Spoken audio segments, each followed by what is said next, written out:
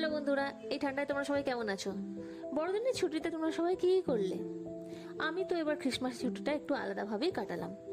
কারণ এবারের ক্রিসমাসের ছুটিতে আমার দিদি জামাইবাবু আর আমার একমাত্র বন্ধু জামশেদপুরে আমাদের বাড়িতে বেড়াতে এসেছিল। তো বড়দিনের ছুটি বলে কথা, আর পিকনিক চিড়িয়াখানা যাবো না তাই কি হয়? তাই 27শে ডিসেম্বর আমরা সবাই মিলে চলে গেলাম টাটা স্টিল জুলজিক্যাল পার্কে।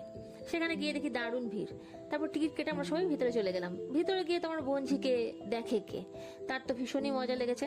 প্রথমেই আমরা সবাই মিলে গেলাম ভালুকের খাঁচার কাছে। সেখানে গিয়ে দেখি তো ভালুক মশাই সবাইকে, দর্শকদের দারুণভাবে মনোরঞ্জন করছে।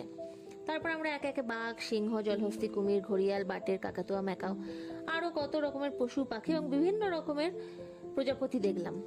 ভীষণ ভালো লাগলো দেখে। তারপর সেখানে সিংহের গর্জন শুনে তো আমার বোনঝি ভয়েই অস্থির।